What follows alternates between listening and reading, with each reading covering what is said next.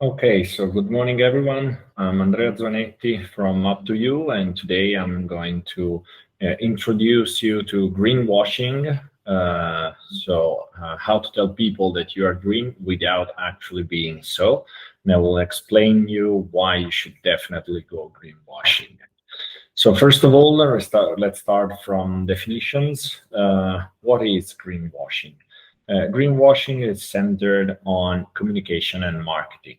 So it's an activity or a series of activity that you set up in order to present yourself, your brand, your product as sustainable from an environmental perspective, even if this is not true, even if the product that you're selling is always the same, but you changed the color, you made it way more green uh, as a color, and you're presenting it as sustainable. So now that we have understood what is greenwashing, let's move to understand what are the advantages of greenwashing. First of all, you attract new customers.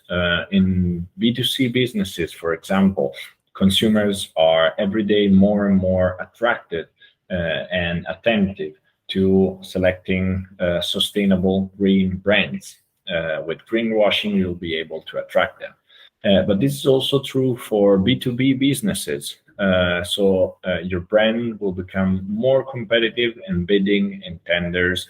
More and more call for proposals and tenders are introducing sustainable criteria and extra points for those who are or pretend to be in an effective manner to be sustainable. Third point is facilitating access to credit. More and more banks and institutions are taking into consideration your sustainability performances, especially environmental sustainability performances. Therefore, being or presenting as more sustainable will ease the access to credit, will reduce interest rates that you are going to pay, and therefore will be, of course, an advantage for your business.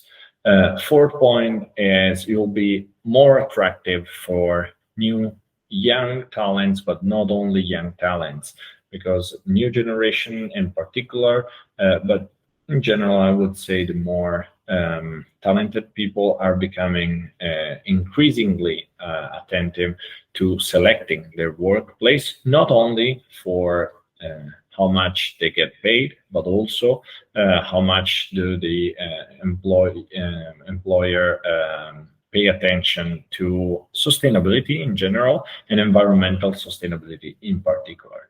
So the 4 points that I've just presented are true, even if you don't actually act in a sustainable manner, even if you just need to do greenwashing. In both ways, you're going to have these 4 points for advantages. The last one is only for greenwasher, and is you don't have any implementational effort because you don't have to actually do something. You just need to pretend to be sustainable. So now that we have understood why we should go greenwashing, let's understand how you can do greenwashing. Here are the four most common ways of doing greenwashing. Those are lying, providing vague claims, providing irrelevant data, and omitting key information. These are the four most common ways of doing greenwashing. Let's dive deep into each of them. Lying, well, is the most easy way. Unfortunately, markets, consumers are becoming more aware, more attentive of lies. So it has become quite popular in the past as a way of greenwashing, but nowadays it's more an old-fashioned way of greenwashing.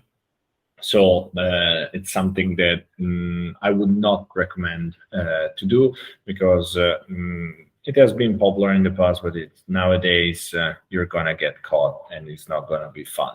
So I would not recommend option one. Option two, it's a little bit more complicated. It's becoming very common nowadays. I would say that 80% of greenwashing brands are going with this technique, and this means that you can simply say, for example, this product is sustainable. From which perspective? Environmental, social. You don't need to specify, and even within environmental, there are several impacts that a product can have. There is the water footprint, the carbon footprint, the plastic footprint. There are chemicals that can impact the environment in many ways. And if you go general and you say, oh, it's just sustainable, it's green, it will be an easy way to get out with a vague claim that doesn't really ask you to provide information about what you are stating about your claims. So this is becoming more and more popular nowadays. Third option is providing irrelevant data. Sustaining your claims with data that are totally irrelevant or not fitting, not really having an impact. Here we have an example, our CEO, Susan Storm, which says that her company has totally eliminated the production of dioxin monoxide, sorry for my pronunciation, which, and it's true, it's a dangerous agent that causes the deaths of thousands of people around the world every year.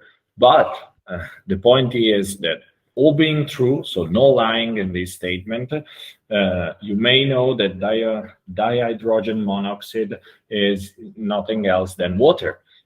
So yeah, it's true, her company is not producing any water. Probably it has never produced any.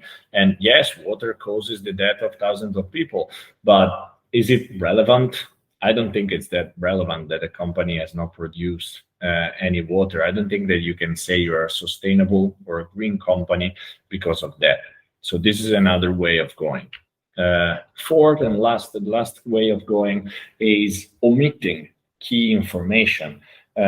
Once again, you can provide a set of data, a partial view on your business, on your impact, and putting things on a certain light can help you sustain that you are sustainable.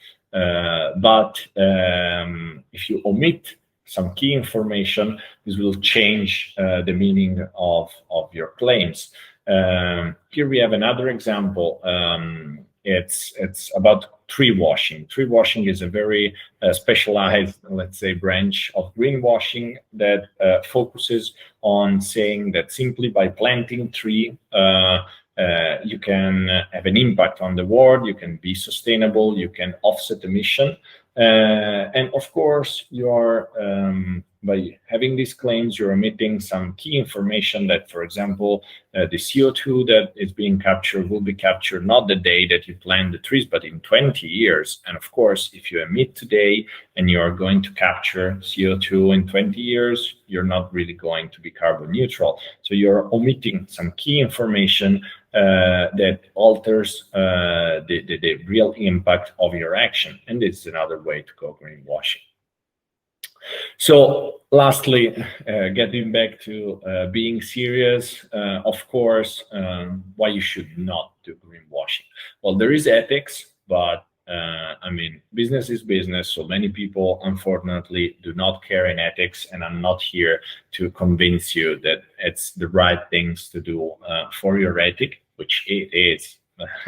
But there is another stronger reason, and it's the fact that you're putting your business at risk of you are exposing your business to reputational damage, which can be very severe.